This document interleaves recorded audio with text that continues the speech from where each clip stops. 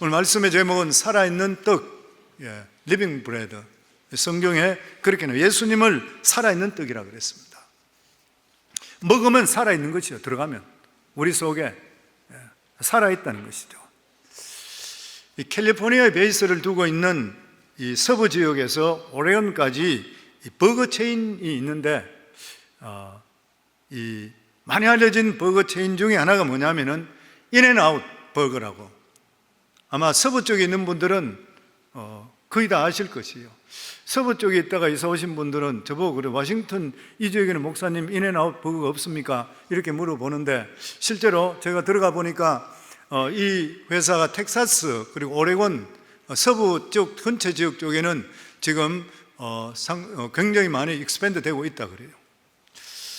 처음에 두 노인이 나의 해리와 에스더 스나이더라는 사람이 그 가게를 시작을 했습니다.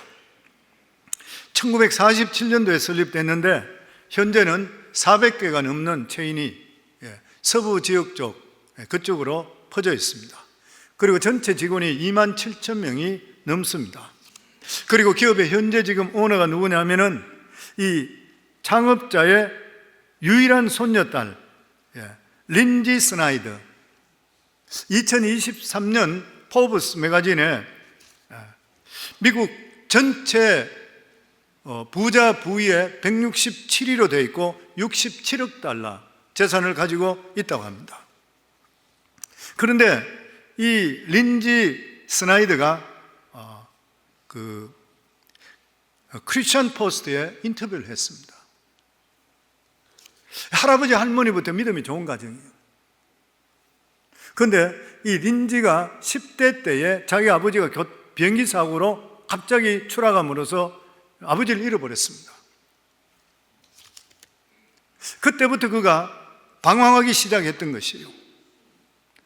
마약과 술에 빠졌습니다. 그리고 자기가 의지했던 할아버지는 일찍 돌아가시고 할머니가 남았는데 할머니도 자기 나이 23살 때 돌아가셨어요. 그러면서 자기에게 막대한 유산이 들어왔습니다. 엄청스러운 돈인 거예요. 그 당시 그녀는 마약과 술에 빠졌고, 그리고 또한 결혼을 3번이나 했는데 다 실패했습니다. 자기 인생을 완전히 수렁에 빠져버렸습니다. 세상 사람들이 볼 때는 상속료, 유산료 어마어마한 사람인데도 불구하고 자기 인생은 엉망진창이었습니다. 그녀는 이렇게 말했습니다. 3번째 결혼 생활이 실패로 돌아갈 때 그때서 비로소 저는 하나님께 부르짖었습니다. 제 마음과 가정이 엉망이 되었지만 그럼에도 불구하고 하나님 저 좀 도와주세요. 그때 비로소 하나님께 그가 크게 부르짖었습니다. 그때 그녀는 이 린지 스나이더는 자기 인생에 어떤 것으로 채워줄 수 없고 예수님만이 해결자가 되시고 예수님만이 채워줄 수 있다는 것을 그때 믿게 되었다는 거예요. 이것을 그녀가 크리스천 포스트에 인터뷰할 때 이렇게 말했습니다. I finally found that the deep need in my heart can only be filled by Jesus and my identity in Him. 무슨 말인 것이에요? 내가 그때 마침내 내가 알았다. 비로소 알았다. 내 마음속에 깊은 갈망, 그리고 나에 대한 아이덴티티, 자기 자신에 대한 정체성, 이것은 예수 그리스도 안에만 있을 때만이 찾을 수 있는 것이고 자기 마음속에 채워지지 못한 것이 예수 그리스도 안에만이 채워질 수 있다는 걸 느꼈다는 거예요. 이 린지 스나이더는 비극적인 상황이 자기 자신을 몰아가는 것이 아니라 주님을 이제부터는 바라보면서 모든 것을 그리스도께 맡기면서 자기 자신과 그리고 에너지, 재능 모든 것들을 하나님 영광을 위해서 헌신하기로 완전히 결단을 하게 됩니다. 그러면서 그녀는 이렇게 이야기했습니다. 저는 결혼 생활의 기복과 함께 깨어진 관계를 통해 많은 것들을 배웠습니다. 저는 그동안 많은 사람의 상처를 주었습니다. 그리고 또한 저도 상처를 받기도 했습니다. 동전의 양변을 통해서 통찰력과 성장을 얻었습니다. 내가 믿음 안에 들어가게 되니까 내가 깨닫게 되었습니다. 그리고 지금 그녀는 어떻게 됐냐면은 모든 직원들을 통해 직원들이 이 린지는 자기가 아픔과 어려움을 통해서 사람들을 사랑하게 되는 거예요. 그래서 미국에서 CEO를 평가하는 평가지에 이 인앤아웃 버거의 린지 스나이가 3번째로 채점이 됐습니다. 대단한 일인 것이죠. 현재 나이 42살입니다.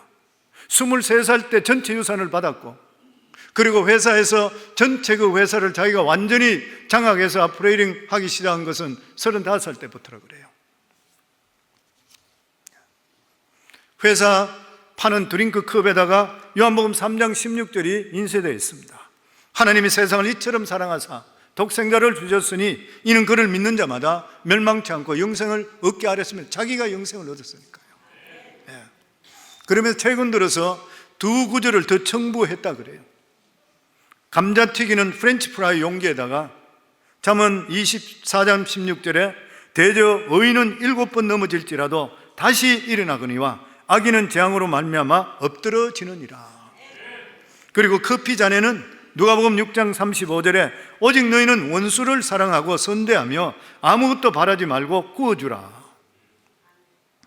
현재 그녀는 믿음 좋은 그러한 남편을 만나서 함께 자기가 어렵고 고통스러운 겪을 때에 자기가 가졌던 비전, 내가 만약에 이제는 다시 새롭게 된다면 올바른 믿음으로 살아야 되겠구나.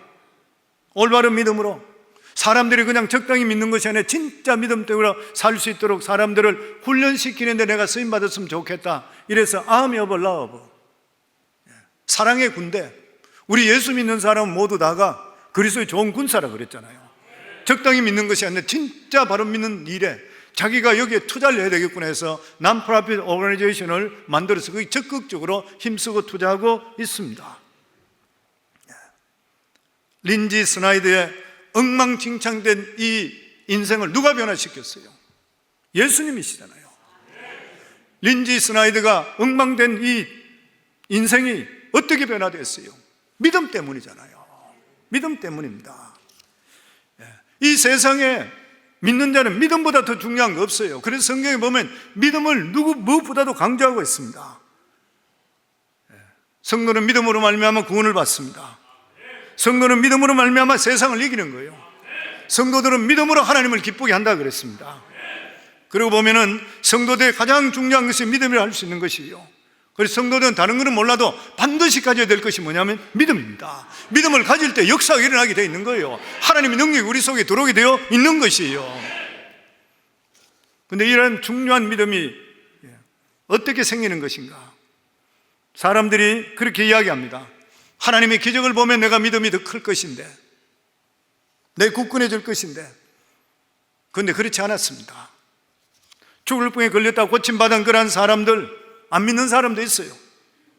귀신 들려 십자가의 능력으로 인해서 귀신의 매임에 풀려난데도 불구하고 안 믿는 사람이 있어요. 이것은 이적이 결코 기적을, 믿음을 주는 것이 아니라는 거예요. 저는 이것을 생각할 때에 예전에 저희가 모시고 섬겼던 우리 교회 목사님, 그분이 했는 말씀이 생각이 나요. 강원도에서 김익두 목사님, 놀라운 목사님이잖아요. 놀라운 기적을 일으키고, 자기는 어렸기 때문에 거기 봤대. 중학교 정도 될 때인데 정말 그 동네에서 아주머니 한 분이 물록이 이렇게 길게 나와 있을 때 이렇게 쳐져가지고 흔들리면서 이렇게. 근데 사람들 보는 데서 김익두 목사님이 머리다 안수하면서 기도하는 순간에 눈에 보이는데 이것이 이렇게 쳐졌던 게 갑자기 없어져 보더래요. 놀라운 일이 벌어지는 것이죠. 이분은 할렐루야 그러고 온 동네를 뛰어다니면서 하나님이 고쳐주셨다 그러고 뛰고 다니고 난리 나고 막, 그리고 뭐 새벽에도 나오고 막 계속 예배 나오고 그랬대요. 근데 그게 얼마 갔냐? 딱 1년. 그 후에는 사라져. 교회 더 이상 안 나오고. 그러다가 나중에 농사 짓는데 새참 가지고 가다가 미끄러져서 논두렁에서 빠져서 그래서 머리가 다쳐 세상을 떠났다는 이야기. 목사님 그렇게 이야기하셔요. 기적이 우리의 믿음을 더하는 거 아닌 거예요. 물론 도움이 될 수 있겠지만 이스라엘 백성들도 마찬가지였습니다. 그들은 10가지 재앙을 보았습니다. 홍해수가 갈라지고 단물이 변화됐어요. 반석을 치니까 생수가 쏟아났어요. 무엇보다 40년 동안 만나를 그들이 먹었습니다. 메추라기 떼를 보내주셔서 입에서 냄새가 날 정도로 고기를 먹었어요. 그런데 그럼에도 불구하고 그들은 하나님을 온전히 믿지를 않았던 것이요, 결국 믿지 않는 이들은 모두 다 광야에서 죽었습니다. 본다고 믿어지는 것이 아니라는 결정적인 증거인 것이요, 예수님 당시에도 예수님이 병을 고쳐주시고 문둥병자를 고쳐주고 안전병이가 일어났던 것이요, 죽은 자를 살리는 기적이 일어났습니다. 오병이어의 기적을 행했던 것이요. 그런데 그렇다고 해서 거기 있는 모든 사람들이 예수를 믿은 것은 아닌 것이요, 보는 것이 믿음을 주는 것이 아니라는 것이요.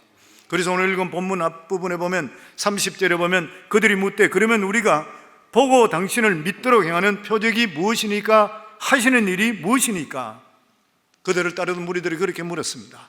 이 말씀은 오병이어 기적이 일어난 그 다음날 했던 질문이에요. 보리떡 5개 물고기 2마리를 통해 5,000명을 먹여도 12광절에 남는 기적을 행한 다음 날에 또 다른 기적을 보여달래. 이게 인간의 모습인 것이요, 안 믿으려 하면 어떤 기적을 보여줘도 안 믿는 것이요. 그럼 우리 믿음은 어떻게 생기는 것입니까? 성경에 믿음은 들음으로 말미암는다 그랬습니다. 로마 10장 17절에 보면 그러므로 믿음은 들음에서 나며 들음은 그리스도의 말씀으로 말미암는 것이라. 말씀을 들으면 믿음이 생긴다는 거예요. 그래서 우리 교회에서는 말씀의 자리, 예배의 자리에 나오라고 계속 말씀하는 거예요. 어떤 분은 소문 듣고 우리 교회에 오시는 분이 있는데, 우리 교회 왔는데 예배 장소, 예배 자리 지키세요, 주일 성수는 생명같이 여기세요, 그리고 죽은 자 같은 사람은 일주일에 적어도 3번 정도 예배 장소에 나오세요. 물론 사업상 어떤 급한 일이 있고 이럴 때는 어떻게 할 수 없다 하더라도 올 수 있는데도 불구하고 게을러서 못 온다든지 돈 벌기 위해서 돈 못 온다든지 이게 아니라는 거죠. 그리고 10의 1조에 대해서, 물질은 하나님께 대해서 내 마음을 드리는 것이라. 그리고 대표성의 원리, 그런 말씀을 설교할 때 들었는가 봐요. 그러면서 그분이 딴 분들한테 그런 이야기 하더랍니다. 이 교회가 너무 빡세구나. 나는 그냥 예배만 잠깐 드리고 사라지려고 그랬는데, 그런 식으로 왔다 갔다 하려고 그랬는데 여기 있어가지고 내가 안 되겠구나. 그래서 적당히 예배만 드릴 수 있는데 나는 가야 되겠구나. 그러고 떠났다 그래요. 그럴 때 우리 마음속에 위기를 느끼면서 그래, 헌신 안 해도 좋으니까 주일날 잠깐 엉덩이만 도장 찍고 가세요, 그렇게만 해도 좋습니다, 이렇게 양보하고 싶은 유혹이 생길 수 있을까요, 없을까요?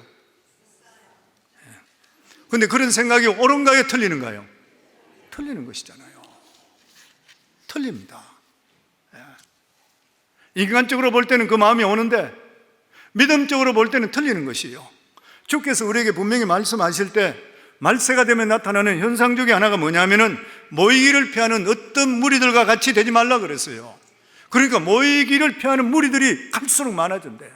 말세가 되면은. 또한 진정한 진리를 선포할 때에 숫자가 줄어들 수 있다는 거예요.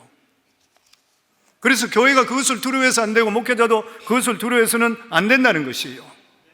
오늘 본문에 예수님께서도 제자 되기를 너희가 원한다면 예수님의 몸과 피를 먹고 마셔야 된다, 그렇게 말했습니다.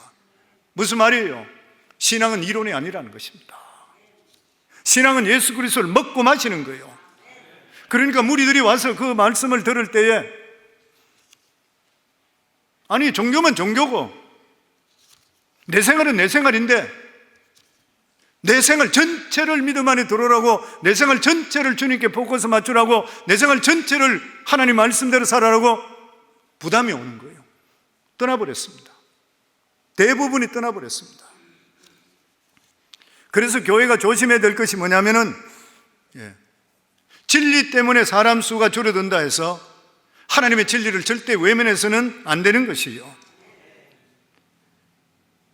우리가 진리 안에 있게 되면 언젠가는 하나님께 용사로 만들어주시고 때가 될 때 하나님 부흥을 주시게 되어 있는 것이에요.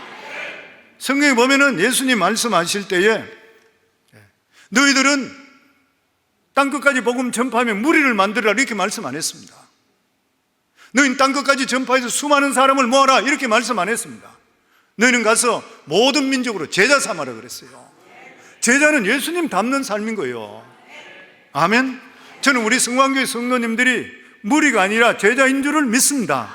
일당백하는 제자인 줄을 믿습니다. 아멘? 예배는 누가 나오는 것이에요? 시간 많은 사람이 나와요? 아니요. 시간 많은 사람 더 안 나옵니다. 하나님에 대한 열정이 있는 사람이 예배 나와요. 하나님을 아는 사람이 나오게 되어 있습니다. 아멘? 어떤 사람은 힘들고 어려울 때는 새벽에 나와 하나님께 제단을 쌓아요. 그 정말 기도대로 모든 것이 형통하게 풀렸어요. 근데 교회 와서 더 헌신할 것인가? 아니에요. 그런 사람 잘 없어요.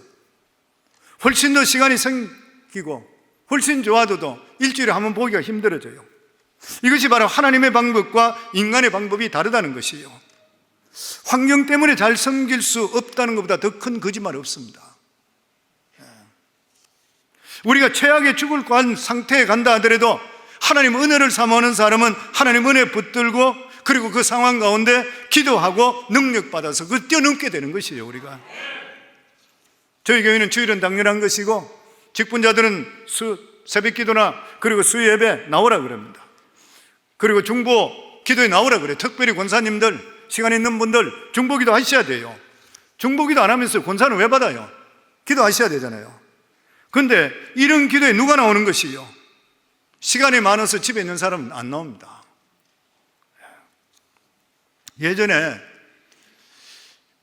제가 동경에 있는 제일 거기서 활발하게 활동하고 있는 교회지요. 동경 요한교회라고. 일본인만 800명이 모이고 중국인도 모이고 한인들도 모이고 이런 교회였습니다. 그런데 젊은 사람들이 많아요. 거기는 대부분들이. 그런데 거기 가서 설교를 했는데 새벽 설교를 하는데 새벽에 갔더니 깜깜하게 돼 있고 사람이 안 보여요. 그래서 새벽에 여기는 사람들이 없는가 보다 이래 생각했어요. 그래서 나중에 설교한다고 올라오는데 불이 켜진데 보니까 들어누가 했던 사람이 우수수 다 일어나네. 밤새도록 거기 교회에 있습니다. 그런데 이 사람들이 어떤 사람이냐면 학생들, 신문 배달하는 사람들, 직장 다니는 사람들, 뭐 이런 사람들이 그냥 그 사람들이나 그 밤에 와서 아니면 새벽에 와서 일찍 와서 여기서 잠을 깜빡 자다가 이날 새벽 제단 샀고 그리고 내려가면은 국밥이 있어. 교회에서 그 국밥 먹고 그러고 신문 배달 가고 학교 가고 직장 가고 그렇게 해요. 거기는 교회는 어떤 사람이 대부분 와요? 사업체 힘들고 어렵고 피곤하고 지친 사람, 한 번 엎어지면 일어나지도 잘 못할 사람, 이런 사람들이 교회에 예배 드리러 와요. 보면 내가 시간 있고 환경이 좋다고 예배 드리는 결코 아닌 것이에요. 예배는 내가 하나님을 사모하는 마음, 하나님을 얼마나 사랑하는 마음, 내 마음속에 하나님을 통해 주셨던 은혜에 감격하는 사람이 나오는 거예요.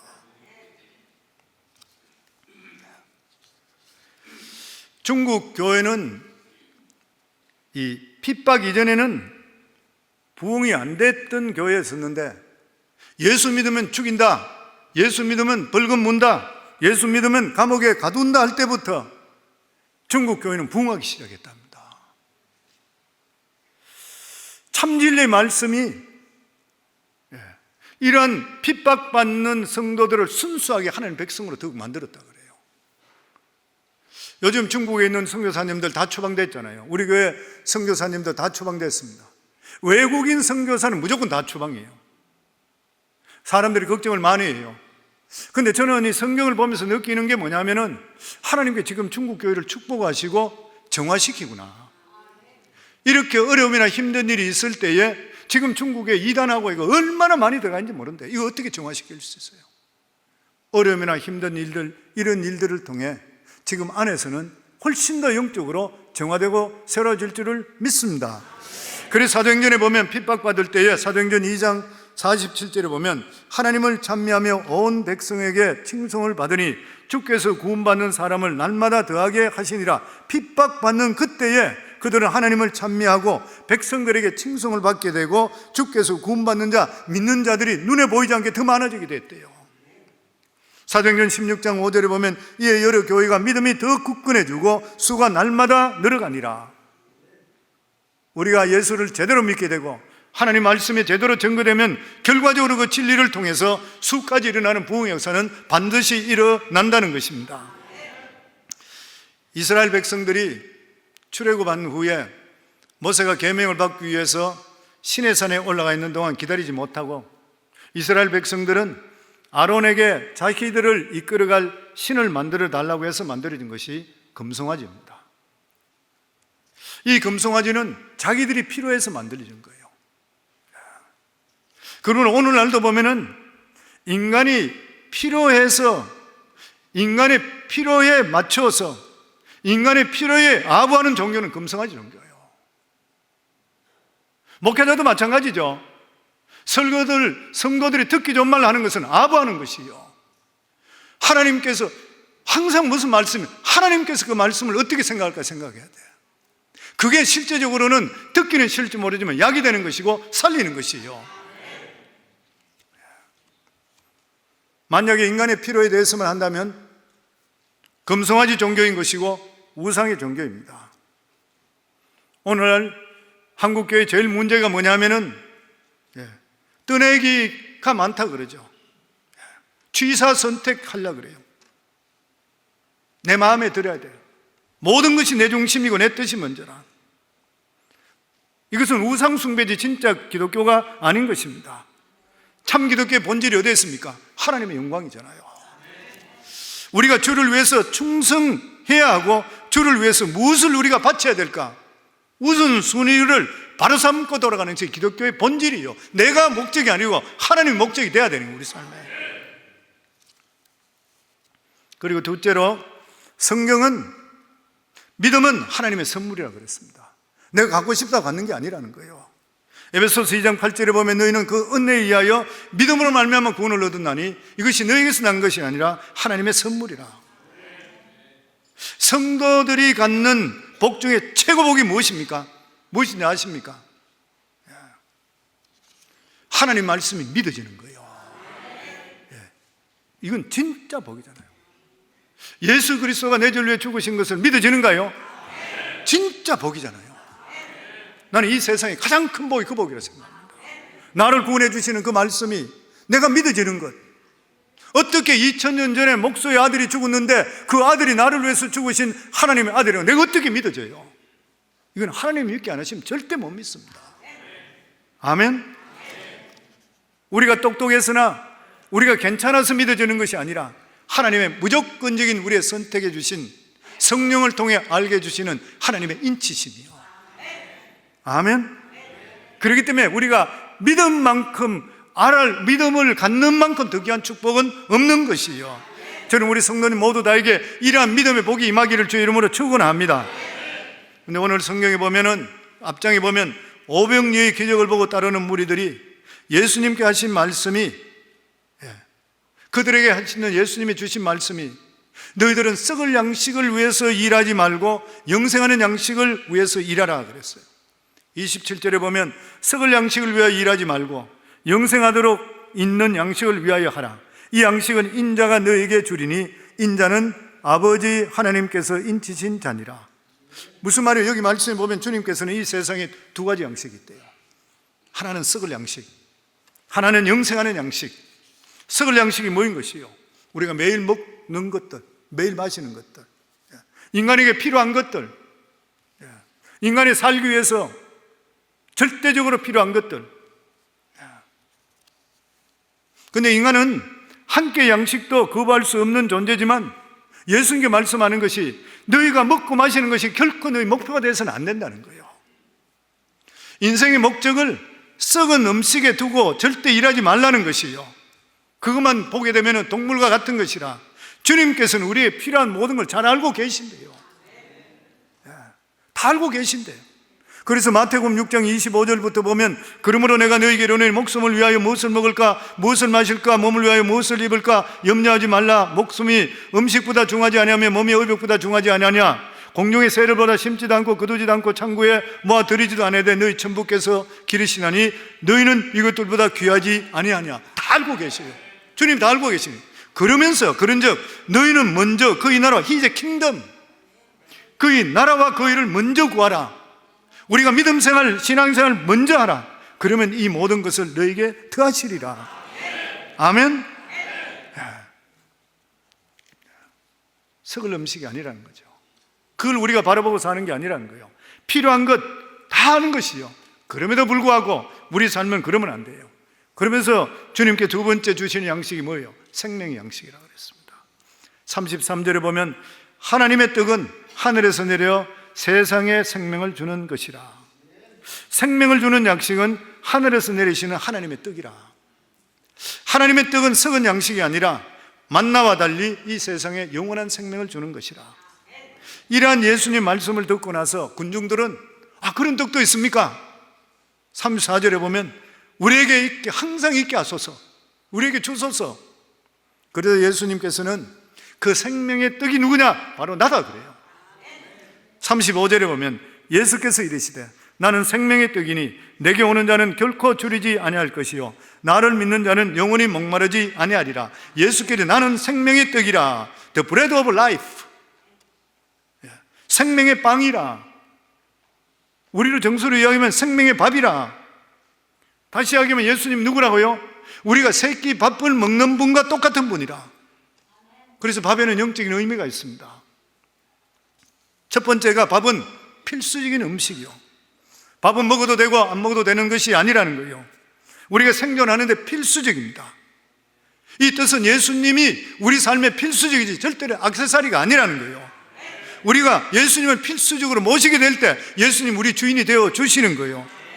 그리고 두 번째, 밥은 매일 먹어야 돼요. 마찬가지로 예수님과 교제도 건너뛸 수가 없어요.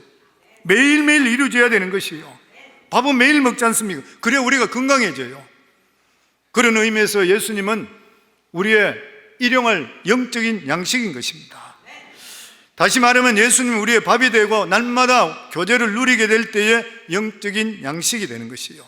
그렇게 되면 영혼이 잘된 같이 범사에 잘되는, 영혼이 살아나는 역사, 범사가 복을 받는 역사가 임하게 되어 있는 것이에요. 그런데 그때나 지금이나 사람들이 이 뜻을 잘 이해하지 못했습니다. 우선 눈에 보이는 음식, 눈에 보이는 복, 이것만 찾았던 것이에요. 예수께서 이적을 일으키는 것은 그 사건을 통해 예수님이 하나님이 되심을 보여주는데도 불구하고 그들은 눈에 보이는 것만 따라갔습니다. 오병이어의 기적을 통해서 5,000명 먹이고 남는 수많은 기적을 보여줬는데 나는 이 음식보다 영원토록 주시는 양식이다, 진짜 나를 구하라, 너희들이 먹는 오병이어의 기적은 언젠가는 없어지는 것이다, 나는 생명의 떡이다, 내가 소경을 고치지 않냐, 소경이 눈을 뜨게 한 사람이 누구냐? 나지 않냐? 소경을 눈을 뜰 수 있는 사람이 누구냐? 하나님이지 않냐? 그거 계속 보여주는 거예요. 그러면서 소경의 눈을 뜨는 걸로 한정하지 말라, 나는 세상의 빛이라, 나는 영적으로 소경된 자 눈뜨게 하는 자라 뿐만 아니라 나에게 오는 자는 영적으로 눈을 뜨는 은혜가 임하게 되어 있다. 죽은 지 나흘 된 나사로를 살리셨습니다. 그런 다음에 놀라는 그 무리들에게 예수님이 하신 말씀이 뭐예요?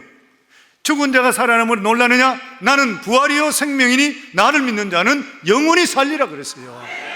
아멘. 예수님은 요한복음에 자신을 4장에 생명의 물이라 그랬어요. 8장에는 생명의 빛이라 그랬어요. 10장에는 양의 물이라 그래요. 14장에는 길이요 진리요 생명이라 그랬어요. 15장에는 포도나무라 그랬어요. 예수님은 그런 분이요. 예수님 믿기만 하면 우리 인생은 배고프지 않고 목마르지 않고 허무하지 않게 만들어주는 것이요.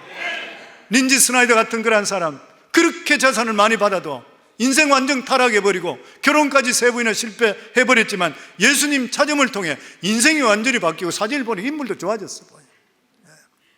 우리가 예수 믿으면 인물 좋아집니다. 성도님들, 내 마음에 기쁨이 있기 때문에 그래요.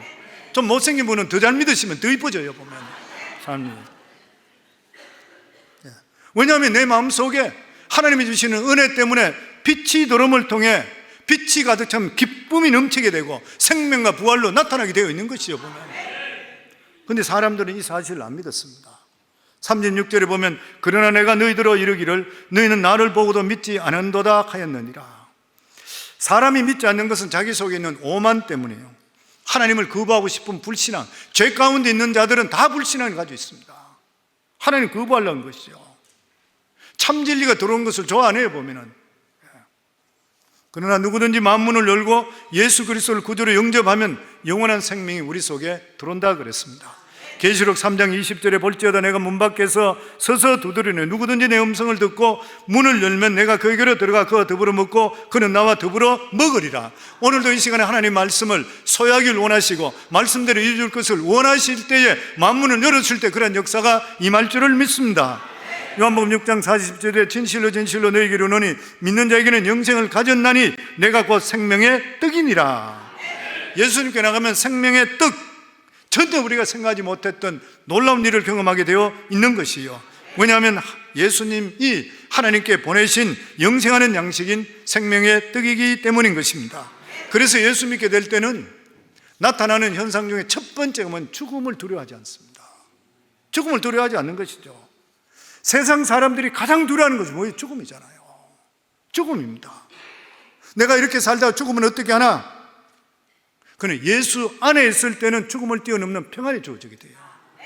예전에 우리 성도님 중에 사업하는 분 신방 갔는데 믿음이 별로 없다가 교회 다니면 믿음이 되었어요. 목사님, 예전에는 제가 이 사업을 운영하는 때문에 머리도 아프고 골치도 아프고 내 마음에 진짜 평안이 없었습니다. 잘못되면 어떻게 하나? 걱정이 너무 많았습니다. 그런데 지금은 상황 변화된 거 없는데 내 마음속에 걱정이 없고 마음속에 평강이 넘쳐요. 뭔가가 기댈 수 있고 뭔가 믿을 수 있는 마음이 들었다는 거예요. 우리가 그렇잖아요. 예수 믿고 나면 앞일은 우리는 모르지만 하나님께서 뭔가 좋은 일을 일으켜 줄 걸 믿잖아요, 보면. 아멘. 다시 예수님 말씀합니다.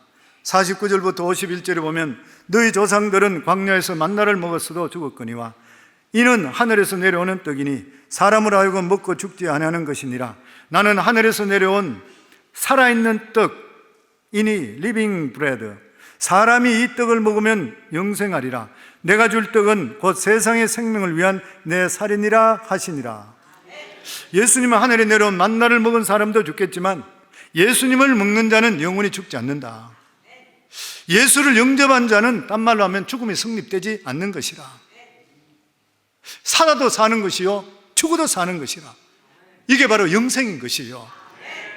성도님들, 숨을 쉰다고 다 살아있는 것이 아닌 것이요, 죽음과 같은 삶을 사는 사람도 있어요. 무엇을 위해 사는지 모르는 그런 사람도 있어요. 그런데 어떤 사람은 세상적으로 볼 때는 죽었다고 생각해요. 저 사람 환경적으로 완전히 망했다 생각해요. 그런데 그 사람 입술에 감사와 찬양이 나오기 시작해요. 이거는 그 속에 영생하는 생명이 있지 않고는 할 수가 없는 일인 것입니다. 아멘. 어떤 사람들은 교회에 오래 다녔지만 생명의 떡을 먹지 못하고 구경만 하는 사람만 있어요. 간정도 자기 간정 하나도 없이 남의 간정만 이야기하는 사람이 있어요. 형식적이고 의식적인 신앙생활을 하는 거예요. 이런 사람은 유대인들과 같은 반응으로 말합니다.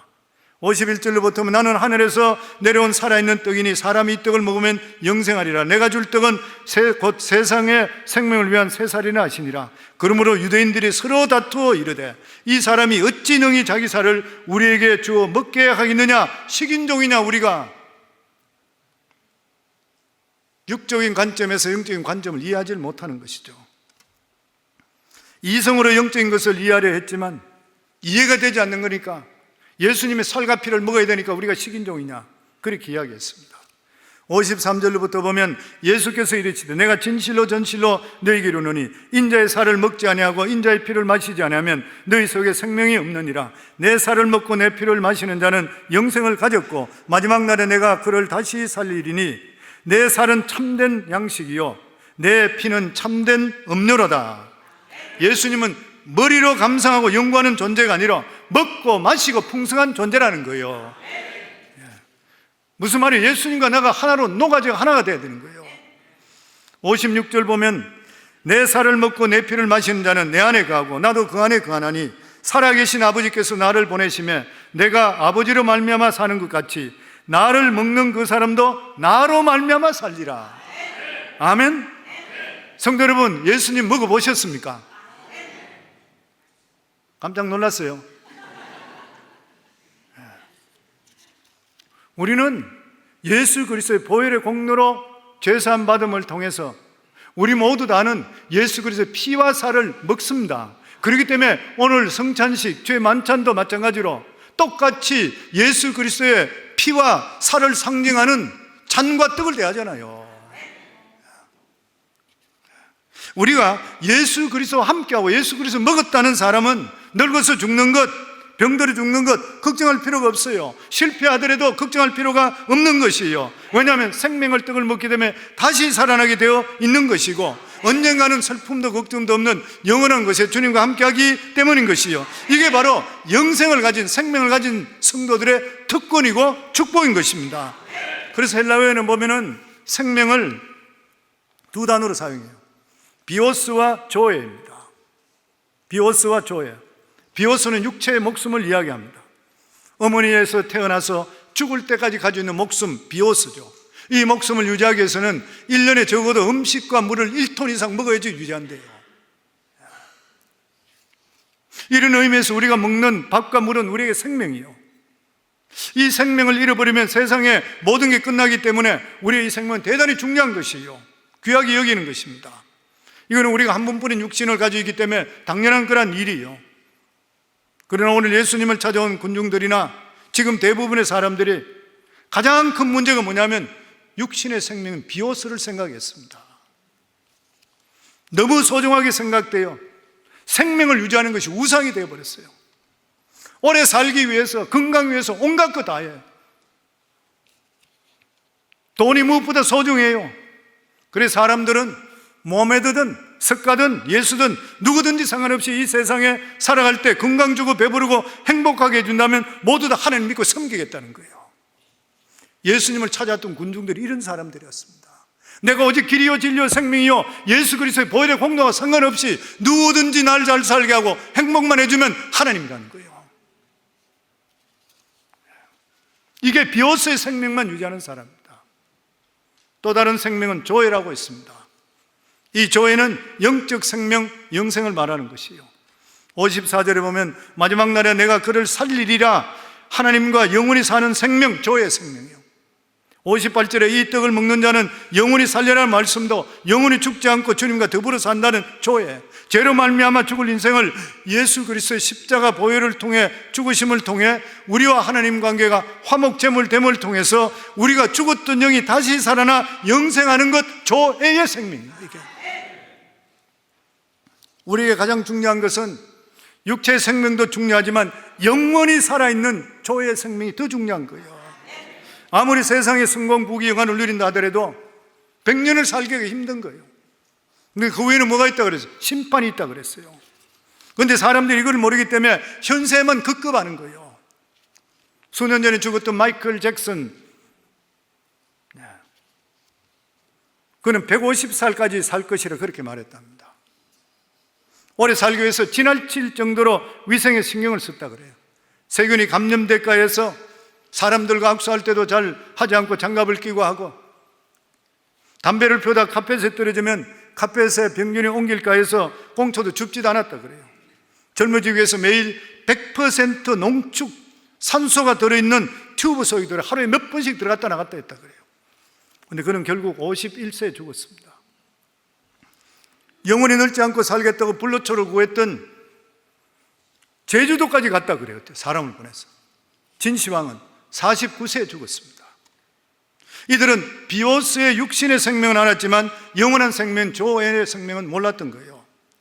우리에게 가장 중요한 것은 육신의 생명이 아닌 것이요, 하나님을 알고 하나님과 동행하는 영적인 생명, 그리고 하나님과 더불어 영원히 사는 생명, 이 조의 생명이 더 중요한 거예요. 우리 삶에 온천하를 얻고 가장 행복하게 살았다 한다 하더라도 하나님과 화목한 관계를 유지하지 못하는 사람, 조의 생명을 갖지 못했던 사람은 모든 것을 다 가졌다 하더라도 멸망하는 짐승과 가기 때문에 불쌍한 사람이에요.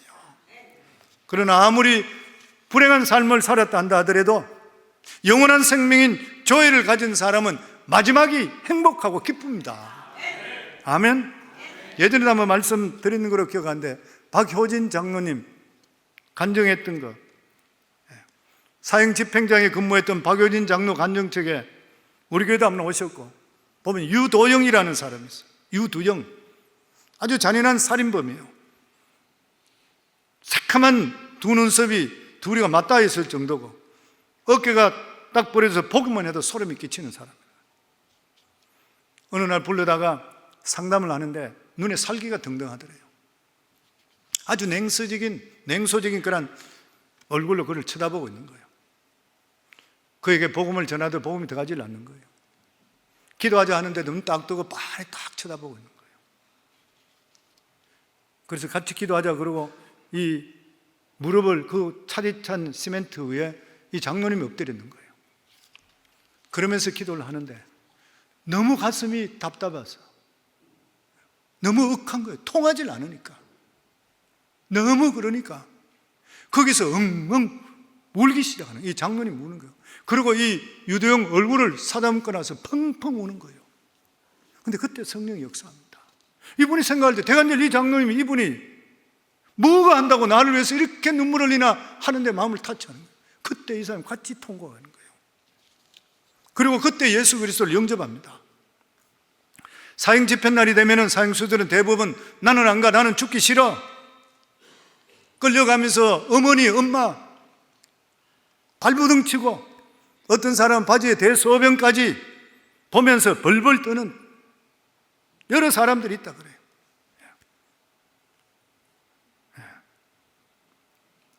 그런데 이 유도영은 예수 믿고 거듭난 후에 만나는 죄수들마다 물어보기를 당신 죽을 준비되어 있어? 그렇게 묻기를 시작했대. 열심히 전도를 합니다. 사형 집행날이 되어서 유두영도 끌고 가는데 할렐루야 할렐루야 그러면서 끌려가더래요. 그래서 이 박효진 장로님은 아, 유두영이도 겁을 내고 있구나 그렇게 생각하고 있는데 마침 자기 앞에 지나가더래요. 그래서 두영아 잘 가, 먼저 가 그러면서 자기가 오히려 마음이 아프니까 더듬거렸대요. 얼마나 두렵거나 이래 생각했어요. 근데 도리어 그가 말하기를 예 장로님 저 먼저 갑니다 힘차게 말하는데 전신에서 풍겨나오는 영적 권위와 능력 때문에 흠칫해서 뒷걸음쳤대요. 상경에 도착해서 소장님이 오늘 법무부 장관의 명령에 따라 유두영의 시의 사형을 집행합니다 하고 떨리는 목소리로 집행 선교를 했더니 유두영은 아멘. 소장이 이름 생년월일 인정신문을 끝내고 끔찍한 죄상을 요약해서 읽어가는데 유도영이 손을 번쩍 들더니만 소장님 부탁이 있습니다. 모든 사람들이 놀라서 쳐다봤네요. 급사도 배석하고 있고 주위에 몇몇 사람도 배석하고 있었던 거예요. 소장님 지금 읽으시는 그 죄는 제가 다 지었습니다. 그러나 그 죄는 제가 하나님을 알기 전에 지은 죄입니다. 제가 하나님을 조금만 더 일찍 알았더라면 절대로 그런 죄를 짓지 않았을 것이고 오늘 이와 같이 사형장에 이슬로 사라지지 않았을 것입니다. 그러나 저는 늦게나마 하나님을 믿고 하나님께 제 죄를 다 용서해 주셨습니다. 성경에 기억도 안 하신다고 약속하셨습니다. 그렇게 이야기할 때에 형장의 모든 사람이 숙연해지더래요.